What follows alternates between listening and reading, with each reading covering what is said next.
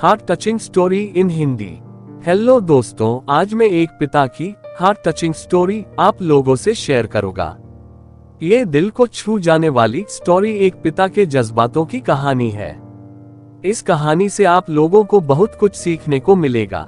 इस कहानी को लिखने का मेरा एक ही मतलब था कि मैं पिता की भावनाओं को आप लोगों के साथ बहुत ही सुंदर स्टोरी में पिरोकर आप लोगों से शेयर करूं। आपने माँ के बारे में तो बहुत सुना होगा, बहुत जगह पढ़ा भी होगा। माँ के लिए अच्छी अच्छी हिंदी कहानियां लिखी गई है, लेकिन पिता के बारे में बहुत कम ही लिखा गया है। तो दोस्तों, ये हार्ट टचिंग स्टोरी उन फादर्स को समर्पित है जो अपने परिवार के लिए जी जान से काम करते हैं, खुद की इच्छाओं को मारकर अपने बच्चों के सपनों को पूरा करते हैं। ये स्टोरी शुरू होती है जब मैं घर से गुस्से में बड़बड़ाते हुए निकल आया था और बस स्टैंड की तरफ आगे बढ़ने लगा। मैं मन ही मन बड़बड़ा रहा था, पता नहीं कितने पैसे छुपा के रखे हैं, लेकिन मेरे लिए एक बाइक नहीं ले सकते। अब मैं यहाँ से चला जाऊंगा और तब तक वापस नहीं आऊंगा जब तक मैं खुद के पैसों से बाइक नहीं खरीद लेता। इतना सोच ही रहा था, तभी मेरे पैर में मुझे कुछ चुभने का एहसास हुआ। नीचे देखा तो समझ आया कि जल्दबाजी में पापा के जूते पहन आया हूँ। उन जूतों में कील उभरी हुई थी जो मेरे पैर में बार बार घाव किए जा रही थी, लेकिन उस समय गुस्सा अधिक था तो मैं बड़बड़ाते हुए आगे बढ़ गया। एकाएक मुझे याद आया कि मैं पापा का पर्स भी साथ ले आया हूँ। मेरे खुराफाती दिमाग में एक ख्याल आया, क्यों ना आज पापा का पर्स चेक किया जाए, जिसे आज तक उन्होंने किसी को हाथ तक नहीं लगाने दिया था। पता नहीं कौन सा खजाना छुपा है इस पर्स में जो किसी को हाथ नहीं लगाने देते थे। जब मैंने पापा का वह पुराना पर्स खोलकर देखा तो उसमें पैसे तो नहीं मिले, लेकिन पैसों की जगह पर एक डायरी रखी हुई थी। तब मैंने सोचा, ओह, तो यहाँ खजाना छुपा रखा है। मैं समझ रहा था कि यहाँ पापा ने लिखा होगा कि किससे कितने पैसे लेने हैं और किसको कितने पैसे दिए हैं, लेकिन मैं गलत था। जब मैंने उस छोटी सी डायरी का पहला पेज खोलकर देखा तो वहां पर जो लिखा था वह थोड़ा सीरियस कर देने वाला था।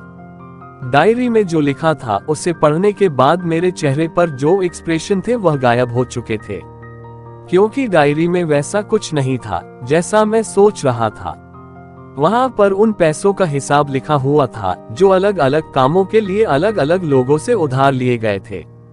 उस लिस्ट में कंप्यूटर के नाम पर भी पैसे लिए गए थे। कुछ यूं लिखा था, 50,000 बेटे के कंप्यूटर के लिए। ये वही कंप्यूटर था जिसे मैं आज तक यूज कर रहा हूँ, लेकिन मुझे ये पता नहीं था उस कंप्यूटर को खरीदने के लिए पैसे कहाँ से आए थे। लेकिन आज पता चल रहा था। मुझे आज भी याद है जब मैंने पहली बार कैमरे के लिए जिद की थी, जो मेरे पापा ने मुझे 2 हफ्ते बाद मेरे बर्थडे पर ला कर दिया था, जिसे देखकर मैं बहुत खुश हुआ था। और मुझे खुश देखकर मुझसे कहीं ज्यादा अगर कोई खुश था तो वह थे पापा। अब मेरे चेहरे से गुस्सा एकदम गायब हो चुका था। जब मैंने आगे का पन्ना पलटा तो वहां पर कुछ विशेष इच्छाएं लिखी हुई थी। पहली जो विश थी उसमें जो लिखा हुआ था, अच्छे जूते पहनना। ये बात मेरी कुछ समझ नहीं आई। तभी मेरा पांव अचानक सड़क पर भरे हुए पानी पर जा पड़ा और तभी मेरे पांव में कुछ गीलीपन होने का एहसास हुआ। जब मैंने जूता उतार कर देखा तो उसका तला टूटा हुआ था। ये देखकर मुझे डायरी में लिखी बात याद आ गई। तभी मुझे माँ पापा की कही बातें भी याद आ रही थी कि कैसे माँ जब कहा करती थी पापा से, अब तो जूते पुराने हो गए, नए ले लीजिए, तो पापा अक्सर यह कहकर टाल दिया करते थे, जूते अभी और चलेंगे, अभी कुछ दिन पहले तो लिए थे। मुझे आज समझ आ रहा था कि कितने दिन और चलेंगे। साथ ही साथ यह भी समझ आ रहा था कि पापा पर्स को क्यों छुपा कर रखते थे। तभी उस डायरी को पढ़ते हुए बस स्टैंड पर पड़ी बेंच पर आकर बैठ गया। अब उस डायरी का आखिरी पन्ना बचा हुआ था। उस पन्ने को जब मैंने पलट कर देखा तो वहां कल की डेट लिखी हुई थी। तारीख के नीचे लिखा हुआ था 50,000 रुपए बाइक के लिए। बस इतना पढ़ा और दिमाग सन रह गया।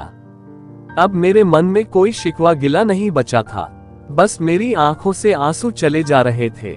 मुझे आज तक नहीं पता तब मैं क्यों रोए जा रहा था।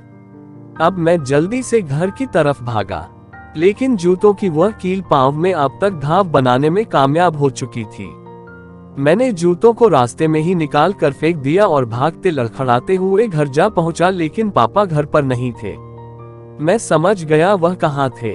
मैं सीधा पास वाली बाइक एजेंसी की तरफ भागा। पता नहीं आज कहां से इतनी ताकत आ गई थी कि मैं भागते हुए थक नहीं रहा था, और वह भी बिना जूतों के नंगे पैर। जैसे तैसे मैं बाइक एजेंसी पर पहुंचा। पापा वही थे।